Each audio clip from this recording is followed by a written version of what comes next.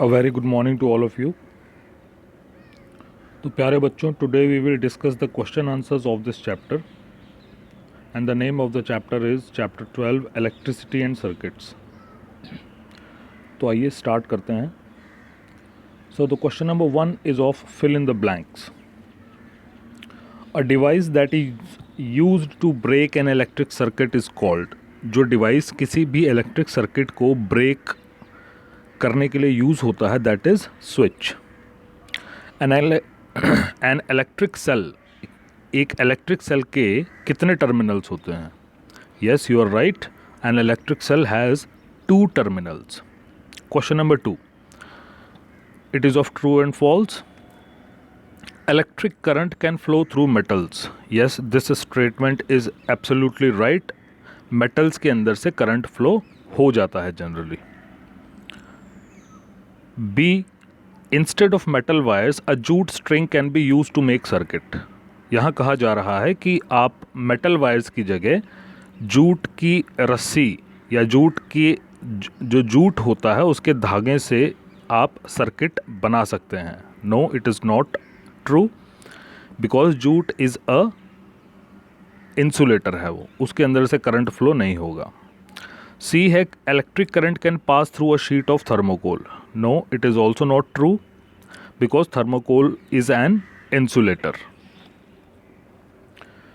Question number 3, explain why the bulb would not glow in the arrangement shown in the figure 12.13. इस जो नीचे figure दी हुई है इसमें बल्ब क्यों नहीं ग्लो करेगा?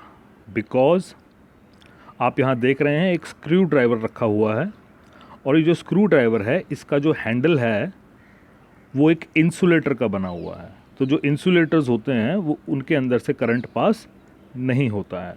So that's why the bulb will not glow. अब क्वेश्चन नंबर 4 है, इस ड्राइंग में ये बल्ब क्यों नहीं जल रहा है? ठीक है ना. और अगर बल्ब नहीं जल रहा है तो आपने इंडिकेट करना है कि ये जो वायर के फ्री एंड्स हैं इनको हम कहाँ पर जॉइन करें. ओके, तो आइए देखते हैं नेक्स्ट फिगर में. तो हम लोग जो है वो वायर के फ्री एंड्स को बल्ब के नीचे वाले पोर्शन के साथ जोड़ेंगे. ओके, बिकॉज अब बल्ब के भी 2 टर्मिनल होते हैं. ओके, इसमें वैसे पॉजिटिव नेगेटिव नहीं होता लेकिन फिर भी इसके 2 टर्मिनल्स होते हैं. तो हमने जो बैटरी है उसका एक एंड तो हमने यहाँ जॉइन किया हुआ है, दूसरे एंड को हम बल्ब के नीचे वाले हिस्से पर जॉइन कराएंगे. ओके बच्चों, आइए अब नेक्स्ट क्वेश्चन देखते हैं.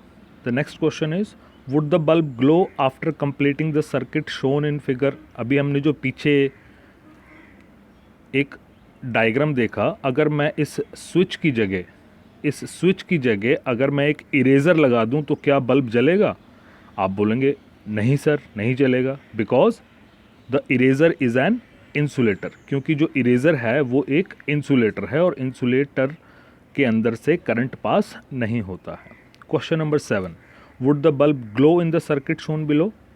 यहाँ जो सर्किट शो किया हुआ है क्या इसमें बल्ब जलेगा? आप बोलेंगे नहीं जलेगा. क्यों? कारण ये है कि जो ये दोनों वायर्स हैं ये हमने बल्ब के ऊपर वाले हिस्से पर ही जोड़ रखी हैं, नीचे वाले हिस्से पर कुछ भी नहीं जोड़ा है. जबकि हमको एक वायर जो है इसके बॉटम वाले हिस्से पर जॉइन करनी चाहिए थी, लेकिन हमने दोनों वायर्स को इसके अपर वाले पोर्शन से ही जॉइन कर रखा है. आप अगर इसको ध्यान से देखें, हमने वायर को इसके ऊपर वाले पोर्शन से ही जोड़ रखा है दोनों वायर्स को, जबकि हमको जो एक वायर है वो हमको इसके नीचे वाले टर्मिनल से जॉइन करनी थी यहाँ पे, इसलिए ये बल्ब नहीं जल रहा है. So now come to the next question. Using the conduction tester of an object. किसी भी ऑब्जेक्ट का जब हमने कंडक्शन टेस्ट किया तो हमने पाया कि बल्ब जल रहा है. तो हमें ये बताना है अगर बल्ब जल रहा है तो वो जो ऑब्जेक्ट है वो कंडक्टर है कि इंसुलेटर है. देखिए, हमने बच्चों पहले भी बहुत बार पढ़ा कि जो कंडक्टर्स होते हैं वो अपने अंदर से इलेक्ट्रिक करंट को पास होने देते हैं। तो अगर बल्ब जल रहा है इट मीन्स कि उसके अंदर से इलेक्ट्रिक करंट पास हो रहा है। तो ये श्योर है कि वो जो कंडक्शन टेस्टर है या वो जो ऑब्जेक्टर है, वो जो ऑब्जेक्ट जो हमने लिया हुआ है वो अपने अंदर से करंट को पास होने दे रहा है, तभी बल्ब जल रहा है। So that's why that object is a conductor, वो एक कंडक्टर है। Question number 9, why should an electrician use rubber gloves? अगर हमारे घर में कोई बिजली का काम करने वाला आता है और वो बिजली के तारों से छेड़ रहा है तो उसको अपने हाथों में रबर ग्लव्स पहनने चाहिए। वो इसलिए पहनने चाहिए बिकॉज रबर ग्लव्स जो हैं वो इंसुलेटर्स होते हैं और वो जो इलेक्ट्रिशियन आया है हमारे घर में वो उसको इलेक्ट्रिक शॉक से बचाएगा, ओके ना। दैट्स वाई उसको अपने हाथों में रबर के ग्लव्स पहनने चाहिए। Question number 10, the handles of the tools like screw drivers and pliers. Pliers को हम घर में जनरली प्लास भी कह देते हैं। तो ये जो स्क्रू ड्राइवर और प्लायर्स का यूज़ करते हुए इलेक्ट्रिशियंस जो हैं जब उनका यूज़ करते हैं तो आपने देखा होगा उनके पीछे के जो हैंडल हैं वो किसी इंसुलेटर से बने होते हैं, यानी कि उनके ऊपर कोई प्लास्टिक या रबर का कवर होता है। तो इसका आंसर भी ऊपर वाले से मिलता जुलता है क्योंकि वो जो इंसुलेटर्स हैं वो इलेक्ट्रिक शॉक से उनको बचा कर रखते हैं। Okay, so in this manner हमने इसके क्वेश्चन आंसर्स को बच्चों डिस्कस कर लिया है। अब हम इसके कीवर्ड्स को डिस्कस करेंगे।